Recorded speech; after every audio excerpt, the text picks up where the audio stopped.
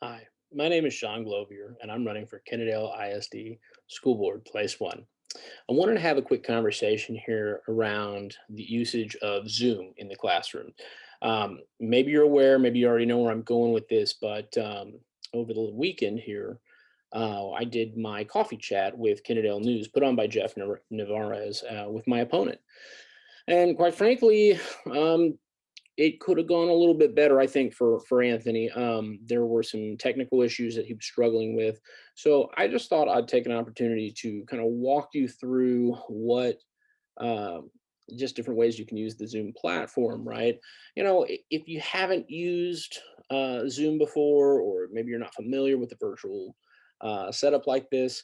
It could be kind of scary. I understand, but for those of us that are in the trenches, right? And we've got a lot of experience with that kind of thing. So this is happening all across the country right now, and this is how we implement that 21st century education. So I'll just walk you through what it is that we do. So first off, I'll show you this. When I sign in, right, I this is usually an orange button that says, I'm already in the meeting, so this says back to meeting, but normally it would say new meeting. Okay, and I'd click that, and it would launch, and here we are in the Zoom window, right? So pretty straightforward. I got my camera on my screen. It's recording me in inbound microphone on the computer, and the buttons here are pretty self-explanatory, right?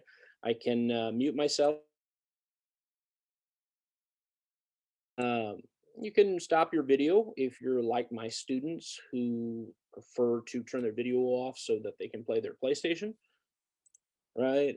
Then you've got security. I don't really use this a whole lot, but you've also got participants, right? I'll show you that there. Pretty straightforward. I can chat. Maybe I want to say, you know, all right. And then you've got a pause button for pausing your recording and a stop button when you finish completely. You've also got a closed caption button, which is something that, you can use. I use it for, um, students that might have hearing impairment issues. I also use breakout rooms for small group settings for students. You can't break kids into groups, right? Because they're not in the classroom in a lot of cases. So you've also got this button right here that, let's see here, right here. And this is where you get your sweet emojis for when you're reacting, right? So anyway, so one of the things though, again, pretty straightforward here. I think you guys probably know what I'm talking about, but if we are going to be implementing this and using technologies like this in our classrooms, it's something that we should all really be familiar with. So, I mean, quite frankly, if it ever goes down and you're unable to access this from your personal computer, there is actually a workaround. And this was kind of the problem the other day. It was less to do with Zoom, but I think there might have been some technical difficulties there as well too. But here's the beauty of it, right? Like so many things in the 21st century, there's an app. Okay, right there. There's the Zoom app. Well, there's that orange button to start a new meeting.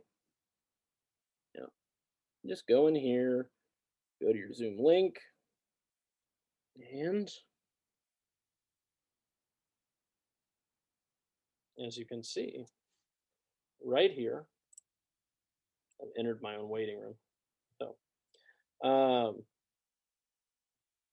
there are solutions, even if you're having technical difficulties from your home internet. So if you find yourself struggling with this, no, I get it. It's daunting. It's something those of us in the front lines feel all the time. But at the end of the day, one thing that I would say is this: it doesn't take a doctoral dissertation or a career in IT to be able to master Zoom.